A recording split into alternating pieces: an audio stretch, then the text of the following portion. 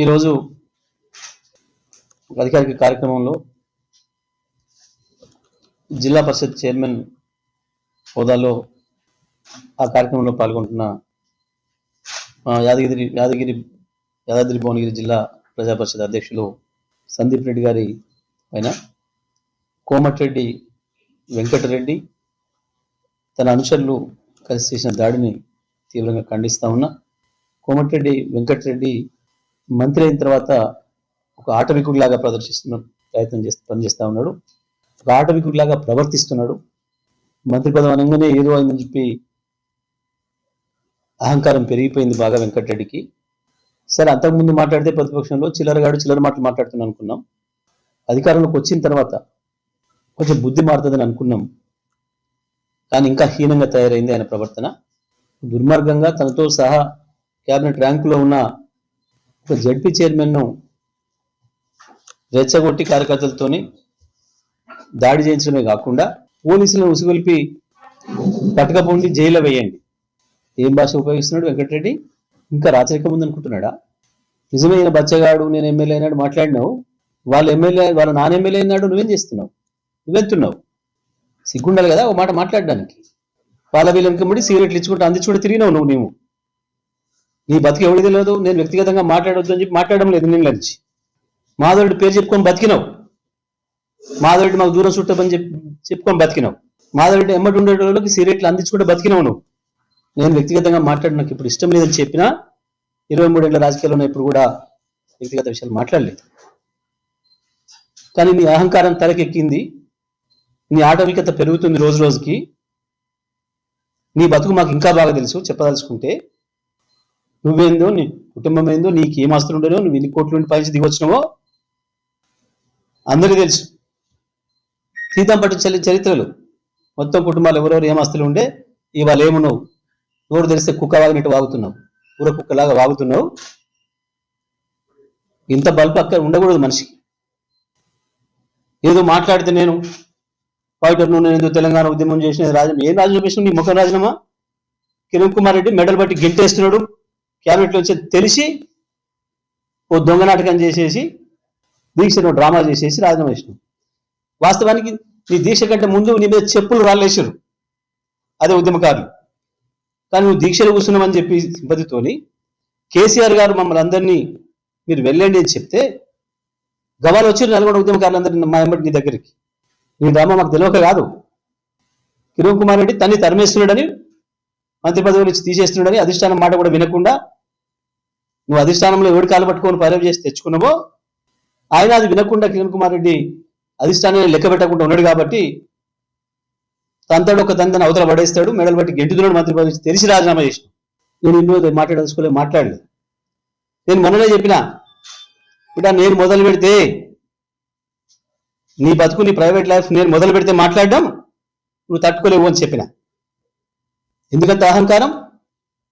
స్వర్గీయ మాధవరెడ్డి గారికి ఈ జిల్లాలో ఎంత పేరుందో, ఎట్లా పనిచేసిందో అందరికీ తెలుసు. అవును, ఆయన కొడుకుగా గౌరవం ఇస్తారు ప్రజలు. నువ్వే చెప్పుకొని తిరిగినావు మాధవరెడ్డి మా బంధువు అని చెప్పి. నువ్వు చెప్పుకొని 100,000 సార్లు చెప్పుకొని తిరిగినావు, బతికినావు. ఇవాళ ఏందో అనుకొని పోజులు కొడుతున్నావు. ఏంది ఇవాళ నీకు వచ్చిన మంత్రి పదవి? రేవంత్ రెడ్డి కాలు పట్టుకొని బెడ్రూమ్లో పోయి మంత్రి పదవి తెచ్చుకున్నావు. నీ తమ్ముడే చెప్తుండే ఆ మాట, నాకు రావాల్సి ఉండే ఆయన పోయింది, నేను కాంప్రమైజ్ కాలేదు ఆయనతో రేవంత్తోని, ఆయన అయింది అందుకనే వచ్చిందని. లేవా మా దగ్గర సత్యాలు మాట్లాడడానికి? ఇది మంచిది కాదు, రాజకీయాలలో వ్యక్తిగతంగా మాట్లాడడం మంచిది కాదు అని చెప్పి మేము పాటిస్తా ఉన్నాం. నేను అధికారంలో ఉన్ననాడు 10 ఏళ్ళు కూడా నువ్వు ఏం వాగినా నేను మాట్లాడలేదు.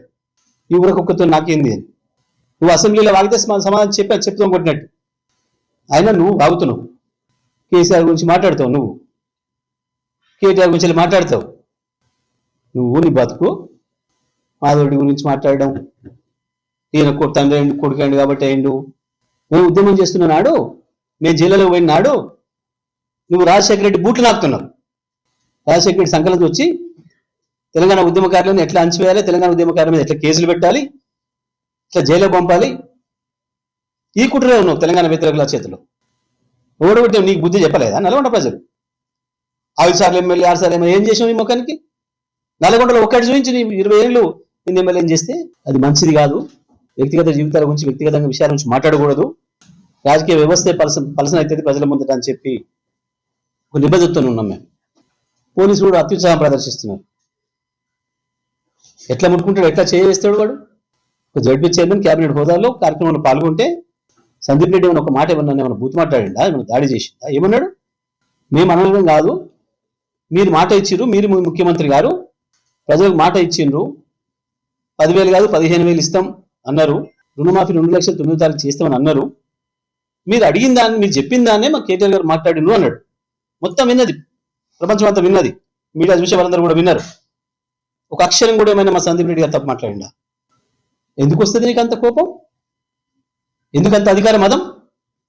నీ అధికార మదాన్ని నచ్చడం పెద్ద సమస్య కాదు, ప్రజలు అంచేస్తారు.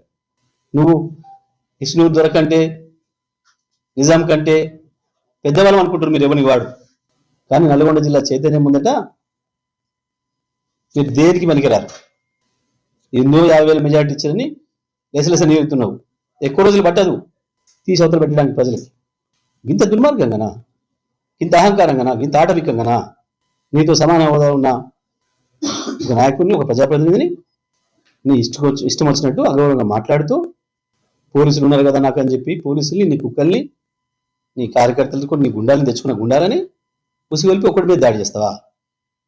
నేను పోలీస్ కమిషనర్ కూడా విజ్ఞప్తి చేస్తున్నా, నీ అత్యుత్సాహం ప్రదర్శిస్తున్న పోలీసులు ఎవరైతున్నారో, ఆయన ఇన్స్పెక్టరా, సబ్ ఇన్స్పెక్టరా, ఏ రకంగా బాడీ టచ్ చేస్తాడో ఒక క్యాబినెట్ హోదాలో ఉన్న ప్రజాప్రతినిధిని అంత అత్యుత్సాహం ఎందుకు? అక్కడ సీనియర్ ఆఫీసర్లు ఉన్నారు, అక్కడ శాంతియుత బాధ్యతను తేవాలనుకుంటే సీనియర్ ఆఫీసర్ పోయి ఇన్వాల్వ్ అవుతారు, చెప్తారు.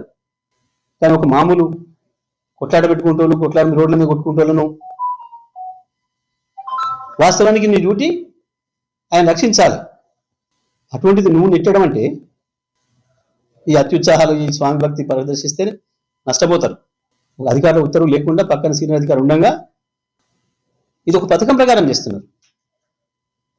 ప్రజలు ఎక్కడ నిలదీస్తారో, ఎక్కడ అడుగుతారో, రైతు బంధు గురించి ఎక్కడ అడుగుతారో, రైతు రుణమాఫీ గురించి ఎక్కడ అడుగుతారో, మీరు ఇచ్చిన 420 హామీల గురించి ఎక్కడ ప్రశ్నిస్తారో అన్న భయానికి పోలీసులను పెట్టుకొని ఎవరైనా మాట్లాడితే వాళ్ళకి కుక్కల్లాగా లేస్తూ వాళ్ళపైన వేట కుక్కల్లాగా దాడి చేస్తూ నువ్వు ఇవేవి భయపెట్టేయలేవు, ఇవేవి ఆపలేవు. ఈ చిల్లర దాడులు, నీ వెకిలి మాటలు, వెకిలి చేష్టలు ప్రజల్ని భయపెట్టేయలేవు. రైతు బంధు నాకు రాలేదని ఒక రైతు అంటే చెప్తాం కొట్టమంటాడు వాళ్ళు. మీరు కూడా అడుగుంది, గ్రామాలలో ఎవరిని మీకు ఎదురైనా, మీ విలేకరులు అడిగినా రైతు బంధు రాలేదు అని చెప్తున్నారు. రైతు బంధు రాలేదు అని చెప్పడం కూడా తప్పవుతుందా? ఆకలి అయితే నాకు ఆకలి అవుతుంది అంటే కూడా తప్పవుతుందా? నేరం అవుతుందా? చెప్పుతాం కొడతారా దానికి? మరి నిన్నెన్ని చెప్పులతో కొట్టాలి రైతులు? నీ 50,000 మెజారిటీ ఇచ్చిన రైతులు 50,000 చెప్పులతో కొట్టాలా నిన్ను? ఇటువంటి అహంకారం మానుకోవాలి. నేను పోలీస్ కమిషనర్, డీజీపీ కూడా విజ్ఞప్తి చేస్తా ఉన్నా, మొత్తం వీడియోలని పరిశీలించండి. తప్పుడు మాట మాట్లాడింది, దాడి చేసింది మంత్రి కార్యకర్తల, అనుచరుల, కింది స్థాయిలో ఉన్న పోలీసుల, సరైన చర్యలు తీసుకోవాల్సిన బాధ్యత ఈ పైన ఉందని చెప్పి కూడా నేను వాళ్ళకి విజ్ఞప్తి చేస్తా ఉన్నా. తప్పకుండా ఇటువంటి దాడులను ఎదుర్కొంటాం, దేనికైనా మేము సిద్ధంగానే ఉన్నాం. ఇవ్వాలే కాదు, తెలంగాణ ఉద్యమం ప్రారంభించిన నాడే వీళ్ళ అయ్యలు, వీళ్ళ బాసులు ఉన్న నాడే భయపడకుండా వచ్చిన వాళ్ళం మేము, కావాలని ఎదుర్కొని వచ్చిన వాళ్ళం మేము. ఇప్పటికైనా వెంకటరెడ్డిని ప్రవర్తన మార్చుకుంటేనే మంచిది. ఇటువంటి ఆటవికమైన పనులు, మాటలు, చర్యలు మానుకోకపోతే కేటీఆర్ కాలు కూడా సమాధానంలో ఉన్నాడు, సందీప్ రెడ్డి అడిగిండు, నువ్వు మాట్లాడిన మాటలు తీద్దామా? 5 ఏళ్ల నుంచి ఒక్కొక్క వీడియో రికార్డ్ తీద్దామా? నువ్వు, నీ బాసు, నీకు మంత్రి పదవి ఇచ్చిన, దానం చేసిన నీ బాసు రేవంత్ రెడ్డి, మీరు మాట్లాడిన మాటలు తీద్దామా? అన్నీ ఉంటాయి ప్రజలకు గుర్తు. ఇప్పటికైనా కోమటిరెడ్డి నీ ప్రవర్తన మార్చుకోమని హెచ్చరిస్తా ఉన్నాం. తప్పకుండా దానికి ప్రతిఫలం అనుభవించాల్సి వస్తుందని కూడా చెప్తా ఉన్నాం.